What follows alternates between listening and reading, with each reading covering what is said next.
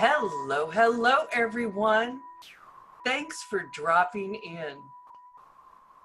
You've reached Healing Body, Mind, and Soul. I'm your host, Aeriol Asher, and today I have the honor and privilege to be here with my new friend, Lisa Manyon, who we met in a virtual retreat and really clicked, really hit it off.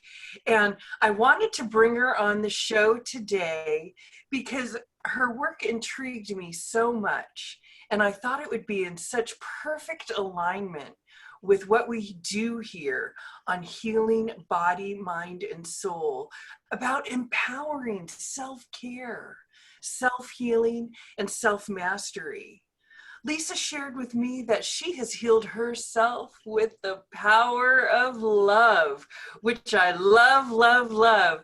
So let's all lean in and hear a little bit about Lisa's story and the work that she does. Lisa, it's so great to have you here today. Thanks so much. It's wonderful to be here. I love what you're doing in the world, and I just feel so delighted that we're connected.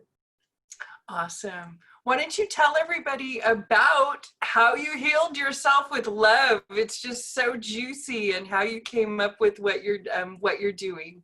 Sure. Well, first of all, I always like to give credit where credit is due. Everything that I've done has been in this context, and really basically in all contexts, have been all about being divinely guided by source. So much as I would like to say, yes, I'm super magical and just healed with love, that was all guided and came to me, right? So several years ago, actually coming up in August, it will be the 3-year anniversary of me being cancer-free and having 2 major surgeries. Throat surgeries, of course, throat chakra once again. So that's a fascinating piece too. Which I'm sure you'll dig into a little bit more, because I can already see you tuning into things around that.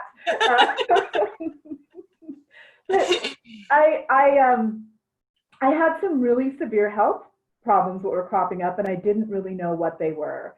And some of the symptoms were shortness of breath, lots of chest pain. However, I did find out later that a lot of the chest pain was really heart chakra openings, which is an interesting piece as a part of the Healing with Love journey.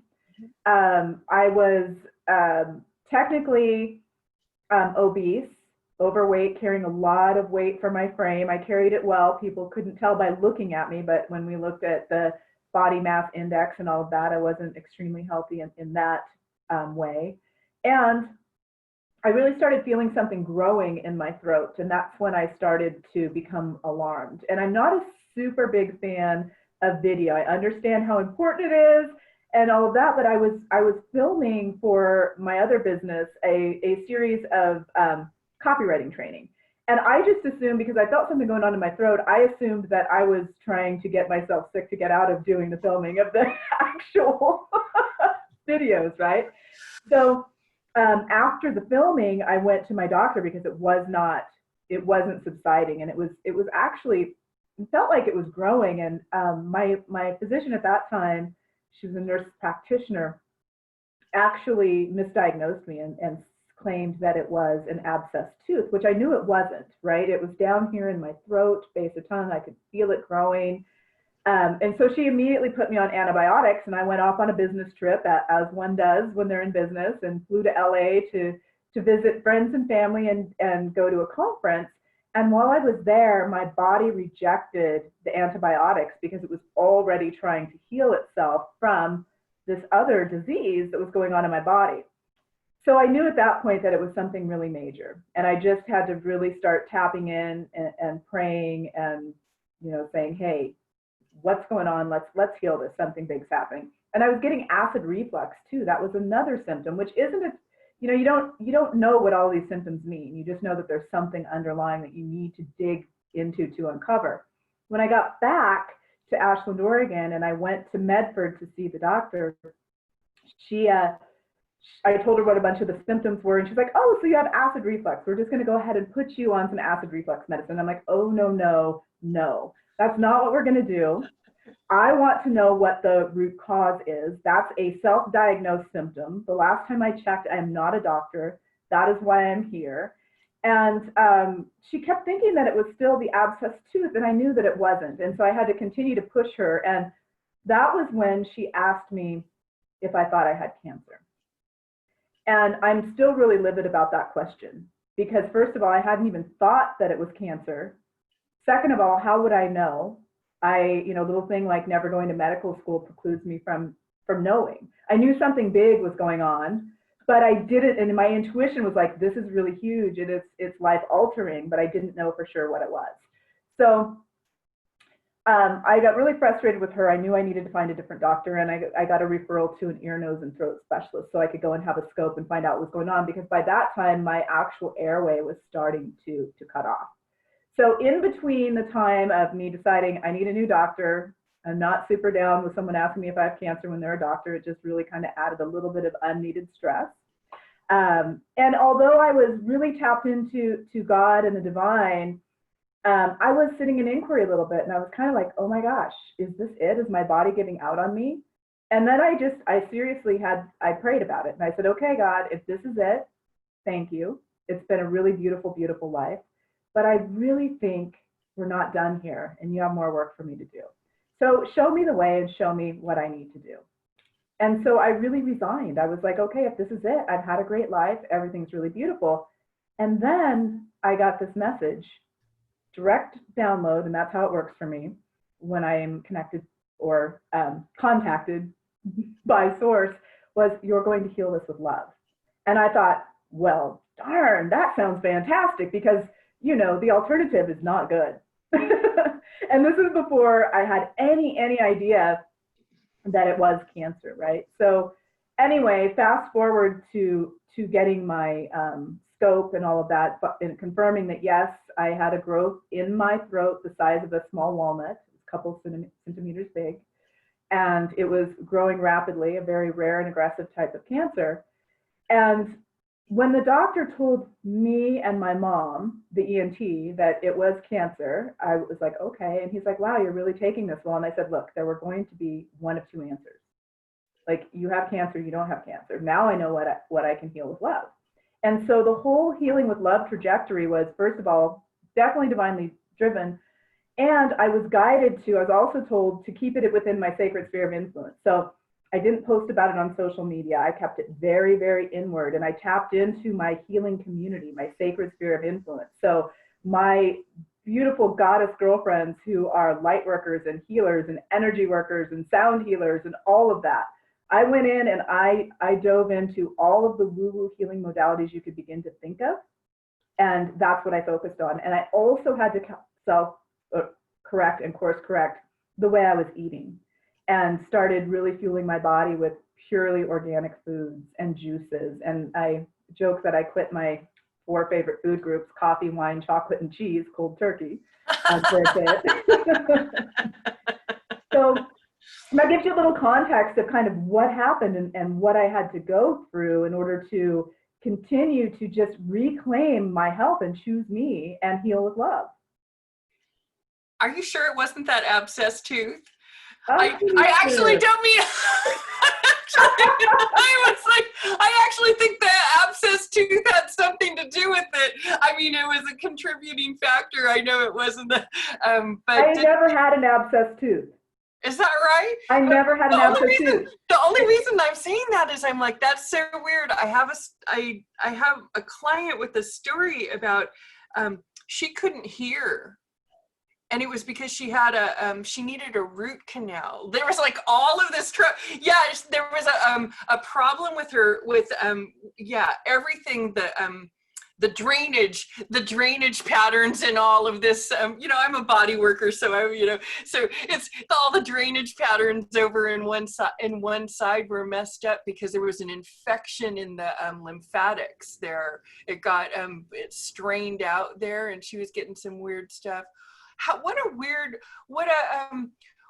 love that you had the direct download. That's absolutely wonderful. And I love that you had the certainty, Lisa, because not everybody would be in that frame of mind to think that. You know, of course, Right. not everybody would have gone past the it must be the abscess tooth part, you know, or not everybody would go through the I think I need a new doctor because this is because that's not the way that you talk to someone. You know, I Right. And I think it's, it's really important to question everything. We've just been brainwashed in our society to trust the doctors as experts, listen to what they're saying, but you've got to listen to your body, really. And that's super important. And then kind of back to the divine download, I know you'll love this backstory. After the diagnosis and everything, I was sitting there just thinking about this whole healing with love trajectory. And I remembered that several years prior to that, I had received another download that told me I was going to write a book about healing with love, gave me the name of it, all of that. And at that point, I was like, wait a minute, I've got this big charge in my other business to, heal the broken threads of humanity through helping to kind of just flip the script in the marketing, advertising, and copywriting world and focus on passion points. I'm pretty busy with that, been doing it for well over a decade, finally started to catch on. What do I know about healing with love? But I journaled about it, which I always do when I get the downloads, and I tucked it away. So when I was sitting in my office, I got this aha moment, like, oh my gosh, I was being forewarned by source about this whole journey. I guess I could have listened more closely because I had to really get thrown into a major situation that I had to heal. But I yeah. went and pulled it up and looked at it, and it gave me the name of the book, all of it, and so I went and bought the domain name. Of course, it was available because when things are divinely guided, that's how it works. And that's a piece of the work that I'm doing now to share the healing with love story and to empower others to question everything and hopefully share their healing with love stories as well. So again, just all of it very, very divinely guided, having an absolute direct connection with source and trusting my intuition and really listening to my body are the things that saved my life, in addition to all of the different healing modalities from all of the wonderful people that I've worked with, and choosing me and choosing really pure, clean foods, especially filtered water, right? And just eliminating sugar was a big one. And that reset my entire system to where I was able to go through two pretty intense surgeries, but I didn't do any chemo or any radiation.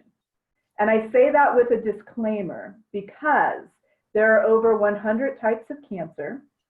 Every person's body is different. I've had many people reach out to me with different types of cancer asking me what I did to heal and, could they do the same thing? I do believe that we can heal ourselves. However, there is no guarantee that people will follow the same protocol that I followed and have the same results because our metabolisms are different and everything is different and each type of cancer is different. And that's why there's not a magic, one size fits all. We're going to cure this once and for all at this time.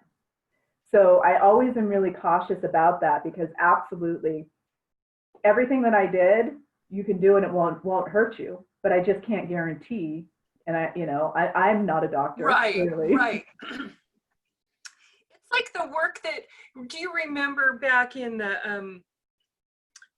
the early 80s when Louise Hay was just developing her heal your life work, and all of that was around AIDS, not cancer per se. There's a little she did a little work around the cancer arena, but this is like a recommended practice. I mean, it's a really good way to live your life, regardless, as a preemptive strike against anything, right? I think that your likelihood of developing disease diminishes greatly if you are living your life with these conscious habits and self-awareness practices in place. Right. Absolutely, and I love that you brought up Louise. She was one of my healing partners while she did not know it. Unfortunately, she passed right after my surgery had been completed, and in February, the year after my surgery was completed. So her work was a big part of that. Not only her You Can Heal Your Life book, but she also did have her own journey with cancer multiple times, and she has an audio about healing cancer. Oh, And I was only so, talking about that beginning. It came upon the scene. It gained popularity during the AIDS epidemic of the time. Certainly, I mean, wasn't she an amazing woman and really like carved the way, paved the way for so many light workers and so many healers and so many speakers and thought leaders. To have platforms, right, to be able to present their work to the world. You know, it's wonderful. She was amazing, amazing woman. I'm glad that she was one of your heroes. Do you happen to know the work also of Carol Truman? Did you? I don't, but I'll look into it, of course. It's Carol with a K. The reason I'm asking is because I've always loved Louise Hay's work, but because of the metaphysical nature of it, just because of the positive mindset, didn't address the emotional component. I mean, later on the work evolved to, but Carol Truman's work also turned me on because it really addressed more of a spiritual and emotional, the psycho-spiritual part of the healing, not just the mindset, part. And all of these things, of course, work together. Right, of course. I love it. Lisa, you're just such a precious gem. And I know that the audience must be at the edge of their seats because, I mean, what a story. It's the ultimate, right? Healing yourself from cancer in our times is like a miracle, right? And without, I understand your disclaimer, right? Right, right. I understand your disclaimer, but I want the audience to really get that without this daily practice in place, Lisa would not be sitting here. It wasn't like all of a sudden she went, uh-oh, now there it goes, right? I mean, you were already on a conscious path when you discovered the cancer, as at least the way I heard the story. Am I right? You're absolutely correct. I've always been on a journey with a deep connection to source, no matter what, which continues to deepen, especially through nature and things. It's so funny too. I told several friends within my sacred sphere of influence, they were kind of freaked out and saying, "Oh my gosh," and immediately people roll into the fear, and I'm like, well, I could roll into the fear, or I could choose to heal with love, as I was told I would do, which I think is a much better idea. Like that sounds great. So when I said I'm going to heal it with love, they're like thinking I'm completely nuts and off my rocker, and Oh, and saying, well, they didn't understand. And then they saw me not posting at all about the cancer journey. I didn't, even though I have a relatively decent following on social media. I kept it very, very quiet, didn't even talk about it. But they noticed that I was posting more pictures in nature, that I was walking more, that I was spending a ton of time in Lithia Park here in Ashland, which is just a magical, beautiful healing place. And then they got it. They're like, oh, it's really about self-love. It's really about tapping back into nature and tuning into what's most important and taking the very best care of yourself possible. And it really inspired a lot of people to do the same, even people who didn't have any idea why I was doing what I was doing, and that there was a much bigger underlying reason for the changes that I was making. good for you. And I think that the moral of the story too is to very soon, like yesterday, develop this connection to yourself and nature. Get calibrated here, people. Let's all get calibrated into the divine intelligence and let's get grounded. Listen to your bodies. I love it. Lisa, what wonderful advice would you lay upon any of our listeners' hearts if they are posed with a healing challenge of their own and they would like to take this kind of approach? What do you think is the first thing that they can do to get themselves set up for a fight against cancer or a fight against any health challenge? First of all, don't fight. when we fight against anything, we perpetuate that. We bring in more fear, and any fighting against something will promote more of it. Now, fighting for something is a different type of energy, but I never use the fight language. So when someone's facing the opportunity to heal with love, I suggest that they first of all question everything. They also make themselves a priority and commit to their health. And there is a book that I want to share with everyone, and it doesn't matter if you have cancer or what. The principles, the 9 healing principles shared in this book will be instrumental in creating your playbook to better health. And it's called Radical Remission, and it's by Dr. Kelly Turner. The reason that I recommend that is because all of the recommendations in this book are things that you can do for little to no cost. A lot of it is energetic healing. A lot of it is getting into nature. A lot of it is eating better. And I use that as a playbook. And what I love about Dr. Turner is she actually originally started as a cancer counselor. And what she noticed is all of these scenarios that the medical professionals were calling spontaneous remission were not actually spontaneous. The people who were getting better, it wasn't just like, boom, suddenly they were better. They were doing something, and there was a correlation. So she went back and got her PhD in cancer research, and then did all of the research to connect the dots to share these 9 healing elements with the world. Wow, what a gem. That so sounds yeah, like a must read. That was my playbook, and it really is tap into yourself, question everything, tap into the divine, and just take control of your health. That's really the best thing that we can do. Most of the food that's out there that isn't directly from your farmer's market isn't real food, actually. I mean, when you think about it, if you read a label and you look at the ingredients and you can't pronounce them, probably shouldn't be eating them.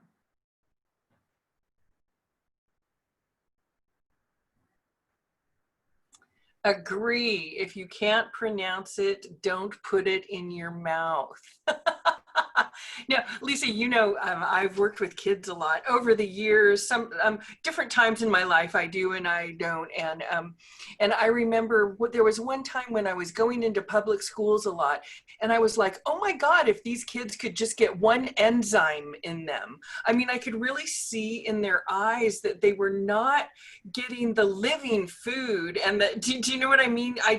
You could see it because they were just, the spark wasn't there. And so I learned to identify that, you know, and people really do need the building blocks, right? I can't believe that somewhere along the line we stopped paying attention to that. Right. And don't even get me started that the whole food pyramid thing is completely upside down because some dude had a marketing ploy. Come on now. Exactly. I mean, and that's just it, you know, and that's why it's so important to really tap into Question everything. Yeah, question everything, tap into our intuition. Like if it doesn't feel right, it's probably not right. Develop that intuitive piece within yourself, because your body knows, your mind knows, your soul knows, God knows. You can be guided, and you can tap into those tools that are really just gifts. And it does take some time to hone them, as you know. You know, we don't just always know how to immediately question everything or listen within ourselves. It takes some practice, some meditation, some prayer, you know, things like that. But it's so possible. Right. Well, everybody's journey. Each of us have our own thing that we're working on, and whether it's cancer or self-expression kind of thing, you know, we all have our things. And a lot of people here now are in the school of love, right? We're here to bring love. It's our life purpose to bring love, and that can be really confusing to people as well, because they keep thinking that their life purpose is a profession or a job. Well, it certainly is, you know, bringing in energy, but still there's something to all this, right, Lisa? I mean, the energy of love needs to come through somehow. You might as well let yourself have it.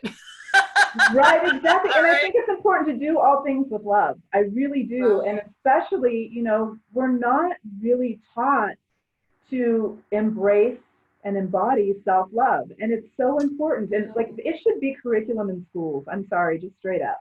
We need to teach the value of ourselves to children, and you've done so much work with children, so I'm certain that you know how important that is. And unfortunately, not all families are equipped to do that. Not all teachers within the Right. school system are equipped to do that. So, I don't have the answer to that, but I do see that it needs to be something that's infused into everything so much more. Right. It's such an important time, and this podcast. That's why this podcast is about self-care. It's why I'm promoting the book I'm compiling that's about self-care, and it's why I want to interview wonderful leaders like yourself who are healing with love, Lisa, because that is all about self-care. It's just so amazing to spend this time with you today, Lisa, and I'm sure that everybody has gotten so many juicy nuggets, and I'm sure that your story has inspired so many people out there. So if they are on the edge of their seat and maybe they even have tears in their eyes, Lisa, because they're so inspired by your story, because it really is amazing, how can they reach out to you, or what can they do to connect with you? Certainly. Well, I know that you're going to share the web address, but the body of work that I'm sharing that's divinely guided here is really through my business called Spiritual Sugar. And at this point, what I'm doing is intimate speaking gatherings and interviews and book readings and things like that. And I'm actually in an international #1 bestseller called The Silver Lining of Cancer. I'm a co-author of that, which is available and also available at the local bookstore here in Ashland. And really that's the best way, is just to reach out to me via that website. Let me know what you're thinking, what you're doing. And I also have a space, which I haven't really been promoting much yet, but for people to share their own healing with love story. So if you want a place to be seen and heard and really held in that sacred container, I'm happy to do that on the Spiritual Sugar website and share your story with others as inspiration. And I'm specifically looking for non-traditional healing modalities and stories that will inspire, much like my story inspires. So wonderful. All right, everybody, you heard it here. Spiritual Sugar. You are healing with love. I hope that you've got some juicy nuggets today with my special guest, Lisa. And I hope that you are taking steps every single day to embrace your own self-care and your own self-worth. Until next time, everybody, happy healing.